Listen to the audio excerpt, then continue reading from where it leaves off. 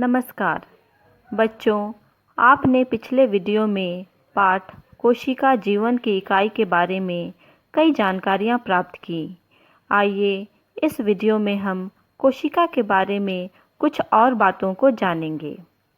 बच्चों, आप में से बहुत से बच्चों का पसंदीदा खाने में अंडे का नाम जरूर शामिल होगा, लेकिन क्या आप अंडे के बारे में एक रोचक तथ्य से परिचित हैं? शायद नहीं। आइए हम अंडे से जुड़ी हुई एक रोचक जानकारी को जानें। बच्चों, अब तक हमने सीखा था कि कोशिका को हम खुली आँखों से नहीं देख सकते हैं।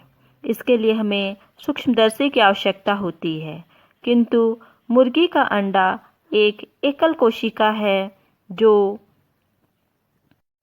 आकार में बड़ा होने के कारण हम इसे नंगी आँखों से भी देख सकते हैं। सभी कोशिकाओं के मुख्य रूप से 3 घटक होते हैं। पहला कोशिका झिल्ली, दूसरा कोशिका द्रव्य एवं तीसरा केंद्रक।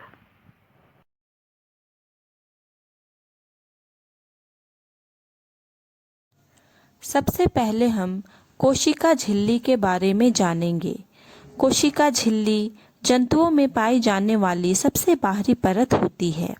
पौधों में भी कोशिका झिल्ली पाई जाती है, किंतु इस झिल्ली के बाहर भी एक और मोटी परत पाई जाती है जिसे कोशिका भित्ति कहते हैं। कोशिका झिल्ली सरंध्र अर्थात छिद्रयुक्त होती है। यह ऐच्छिक पदार्थों को अंदर आने तथा हानिकारक पदार्थों को बाहर निकलने देती है, इसलिए इसे चयनात्मक पारगम्य झिल्ली या सिलेक्टिवली परमिएबल मेम्ब्रेन भी कहते हैं। कोशिका झिल्ली के कार्य इस प्रकार हैं। पहला, कोशिका झिल्ली एक कोशिका को दूसरी कोशिका से अलग करती है। दूसरा, यह कोशिका को एक निश्चित आकृति प्रदान करती है। तीसरा, यह आंतरिक अंगों को सुरक्षा प्रदान करती है। कोशिका का दूसरा संघटक है कोशिका द्रव्य। यह एक जेली जैसा पदार्थ है जो कोशिका झिल्ली एवं केंद्रक के बीच में पाया जाता है।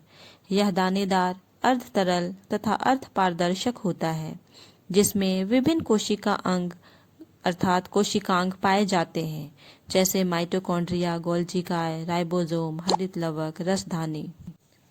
कोशिका के घटकों में से एक है केंद्रक।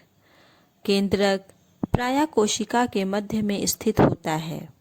यह पौधों में मध्य से थोड़ा हटकर स्थित होता है।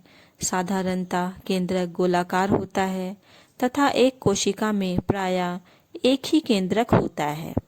उच्च आवर्धन वाले क्षमता वाले सूक्ष्मदर्शी द्वारा देखने पर केंद्रक के अंदर एक छोटी सघन संरचना दिखाई देती है, जिसे केंद्रिका या न्यूक्लियोलस कहते हैं। इसके अतिरिक्त केंद्रक में धागे के समान संरचनाएं भी होती हैं, जो आनुवांशिक गुणों को जनक से पीढ़ी दर पीढ़ी स्थानांतरित करते हैं। इन्हें गुणसूत्र कहा जाता है। बच्चों, हमने सीखा कि पौधों में कोशिका भित्ति पाई जाती है, लेकिन पादप कोशिका में ही ये क्यों पाई जाती है? इसका उत्तर है विभिन्न परिवर्तनों, जैसे ताप में परिवर्तन, तीव्र गति से चलने वाले वायु, वायुमंडलीय नमी आदि परिवर्तनों से सुरक्षा के लिए पौधों की कोशिका झिल्ली के बाहर मोटी परत होती है। आइए अब हम पादप कोशिका एवं जंतु कोशिका में अंतर को समझें। सबसे पहले हम देखते हैं पादप कोशिका में कोशिका भित्ति पाई जाती है, जो जंतु कोशिका में अनुपस्थित होती है। दूसरा अंतर हम देखते हैं केंद्रक की स्थिति में। पादप कोशिका में केंद्रक मध्य से हटकर स्थित होता है और जंतु कोशिका में केंद्रक मध्य में स्थित होता है। पादप कोशिका में हरित लवक पाया जाता है, जबकि जंतु कोशिका में हरित लवक अनुपस्थित होता है। इसके अतिरिक्त पादप कोशिका में रिक्तिका का आकार काफ़ी बड़ा होता है, जो कोशिका के मध्य में होता है, और जंतु कोशिका में रिक्तिका का आकार छोटा होता है। इस प्रकार हमने देखा कि पादप कोशिका और जंतु कोशिका में कुछ अंतर पाए जाते हैं।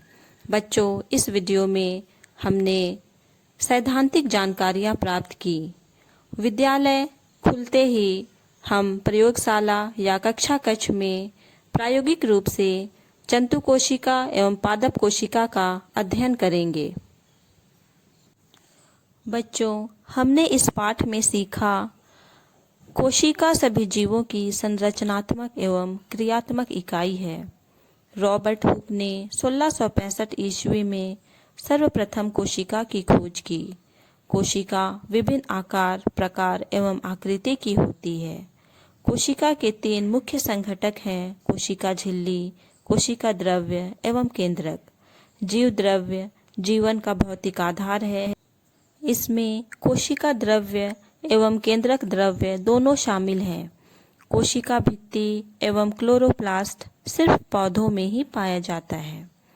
कोशिका द्रव्य में पाए जाने वाले मुख्य कोशिका अंग हैं हरित लवक, माइटोकॉन्ड्रिया, राइबोसोम, रसधानी आदि।